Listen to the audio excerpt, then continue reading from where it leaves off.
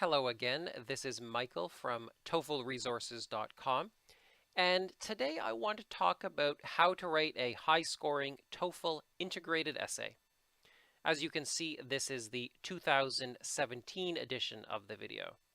Now, the question itself hasn't really changed since last year, but I personally have learned a lot more about how to write good TOEFL essays, and I've also learned a lot more about which strategies work well for my students. And for those reasons, I thought it would be a great time to make a new version of the video. I've chosen today a practice question from the TOEFL Quick Prep Collection. This is available free of charge at ets.org, and I'll post a link to that in the comments below. When you get the package, look specifically for the question about eco-certification of wood. Now, I've chosen this question mainly because it is really accurate. That is to say, it's very similar to what you're going to get on the real test. I've noticed over the years that lots of the questions which you find in popular TOEFL textbooks are not very accurate. They aren't similar to the real test. And if you study with those, you're going to have problems.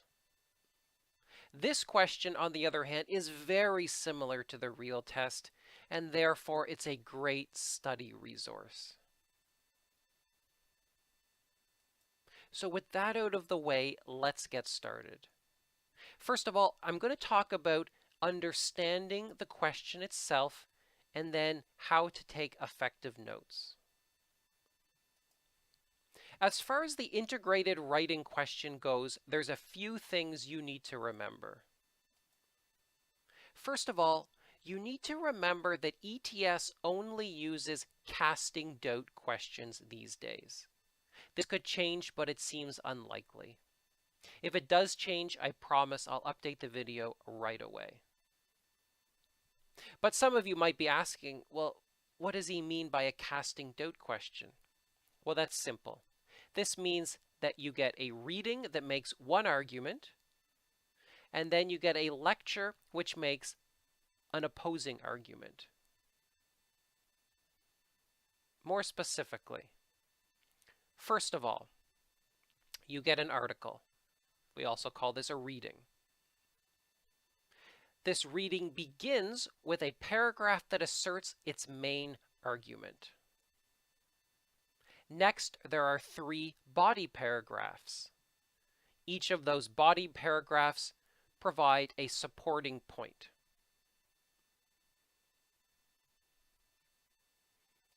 Next, you get a lecture. The lecture begins by asserting the opposite main argument. The lecture then continues by countering, by challenging each of the 3 points made in the reading. And it does this in the same order. So for example, you might get a reading that begins by stating its main argument that zoos are good for society. And that would be done in the very first paragraph. Next, you would get 3 body paragraphs supporting that. So first body paragraph, they would say, well, scientists can learn a lot by studying animals in zoos. Next paragraph, students will be inspired to study science by going to the zoo. Next body paragraph, zoos are a good way to protect endangered species.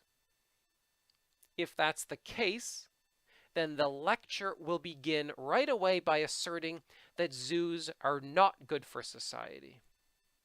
The lecture would then continue by saying that scientists can't learn very much from zoos because they're not natural. He would then continue by saying students are more likely to be inspired by watching internet videos of animals. And then lastly, he would say that zoos are not a good way to preserve endangered species. So as you can see, the lecture and the reading are opposites of each other. They make the opposite point, and specifically, the supporting points made in the reading are challenged by the lecturer directly. So not only are they opposites, but they're sort of like mirror images of each other. They make the opposite arguments, and they make them in the same order. Okay, so if you understand these things, you're off to a very good start. If you understand these things, you're off to a good start because the design of the question doesn't change. ETS uses the same question design every single week. It's always going to be like this. 3 paragraphs in the reading, and then the opposite points made in the lecture. As I said before, most practice textbooks don't represent this pattern properly. Keep that in mind as you're studying. So, once you've understood the question, it's time to get started. The first thing you're going to do on the test is take notes. First, you're going to take notes about the reading. Now we're dealing specifically with the Eco Certification of Wood question from the Quick Prep collection. I took my notes like this. First, I noted the main argument from the reading, and that is American companies will not certify their wood. That came, as I said, in the very first paragraph of the reading. Next, I took notes about the first body paragraph, and in that paragraph, the author said, American consumers see far too many advertising claims already, and these claims are very bold, so Americans don't trust them. In black here, I tried to get the main point of that paragraph, and then in blue, I tried to get one of the supporting details that goes along with it. The main point usually comes at the beginning, and the supporting details usually come a bit later. Here, I took notes about the next body paragraph, and in that paragraph, the author said, eco-certified wood is more expensive than regular wood because of inspection costs, and consumers prefer cheap wood. Again, I got the main point here, and then I got one of the supporting details that goes along with it. Finally, I took notes about the last body paragraph. Certification is only good for companies selling outside of the USA. American companies sell domestically, and their customers are all happy. So these are my notes about the reading. Next, I took notes about the lecture. First, I noted the main argument, and that is American companies will eventually certify their wood. And as you can see, this is the opposite main argument as the reading. The author of the reading is arguing that American companies will not certify their wood. The lecturer, quite simply, is arguing that American companies will certify their wood. Next, I took notes about the first point made by the lecturer. She said, consumers recognize and care about claims by official agencies and will favor products certified by independent and trustworthy organizations. You can see, as I said, this is the opposite point. The author is saying that American consumers see far too many advertising claims and they don't trust them. The lecturer is saying, no, no, no, they will trust these claims because they're from official agencies. Next, I took notes about the next point in the lecture. The lecturer said that people only care about price when there is a big difference, and since certification will only cause a 5% increase, consumers won't be affected. Again, this is the opposite of the point made in the reading. The author argues that eco-certified wood is going to be too expensive for customers. The lecturer is saying, no, no, no, it's not going to be too expensive. They're not going to care. It's only a small difference. Lastly, I took notes about the last point made in the lecture. The lecturer says that wood companies need to worry about foreign competition. and foreign companies will come to America and steal customers who care about the environment. Again, this is the opposite point. The reading is saying only companies outside of the USA need to worry about certification. The lecturer is saying, no, that's not right. Even American companies have to worry because the foreigners will come and steal all their business. So as you can see, once again, the reading makes its points, the lecture challenges those points. The author of the reading has a main argument, the author of the lecture has an opposite main argument. Once you understand this structure, then you're really off to a good start, because this structure is going to be used every time. Now, one more quick note.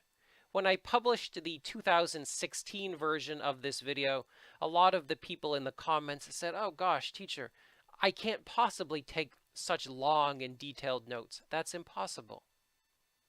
I totally agree with that.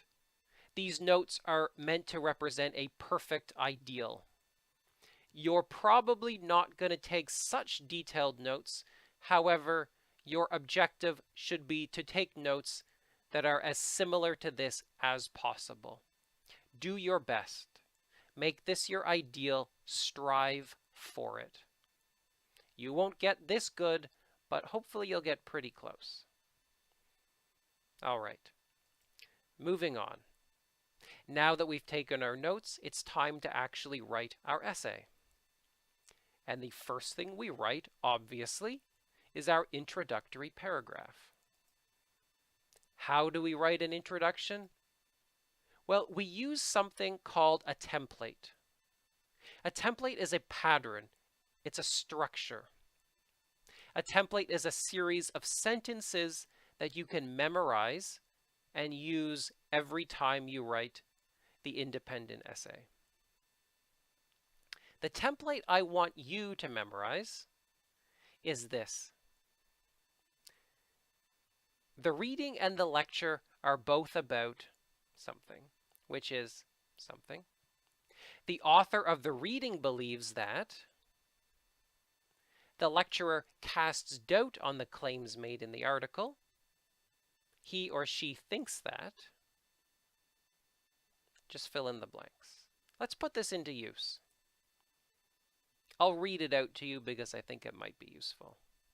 The reading and the lecture are both about eco-certification of wood products, which is a way to show that they are environmentally friendly.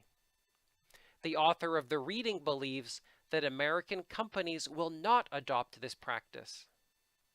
The lecturer casts doubt on the claims made in the article. She thinks that American wood companies will eventually certify their products. As you can see, I just used the template exactly as it is written. And that's what you need to do on the test.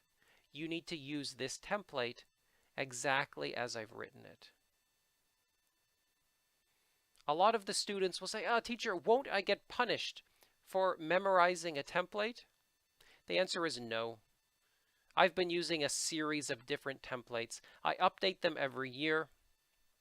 My students use them and they get really high scores, 28, 29, even 30 points, despite the fact that they're using a template they've memorized.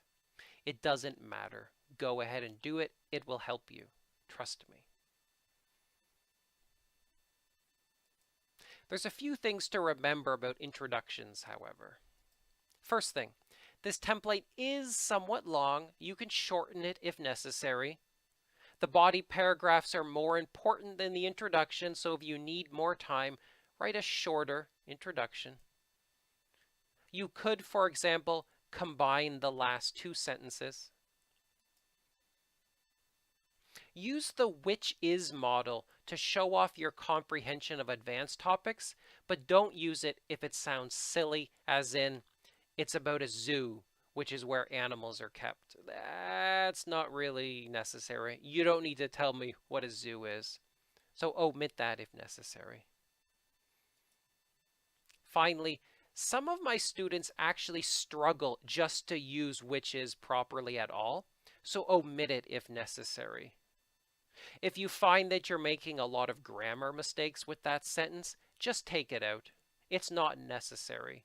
If you take it out, your score is not likely going to decrease. Keep that in mind. Moving along. After the introduction, we need to write body paragraphs. There's a few things to remember about body paragraphs.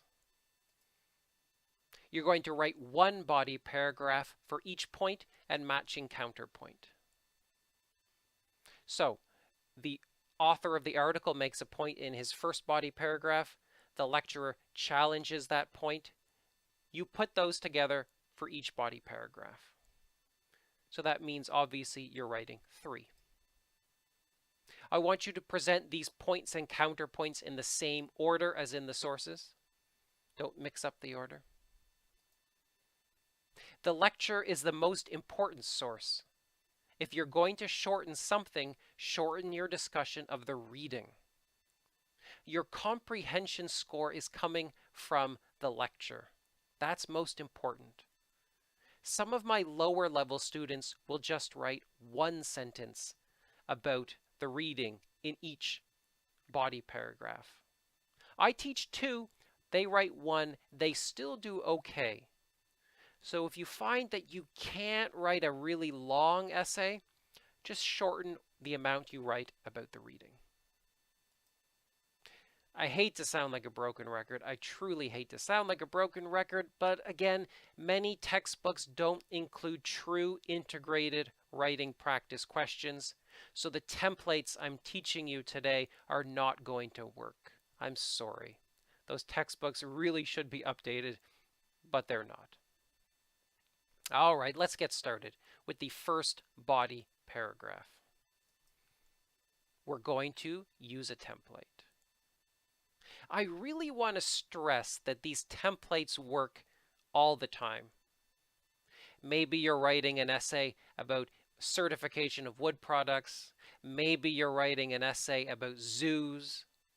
The 2016 version of this video was about art by Rembrandt. But no matter what the topic is, these templates will work.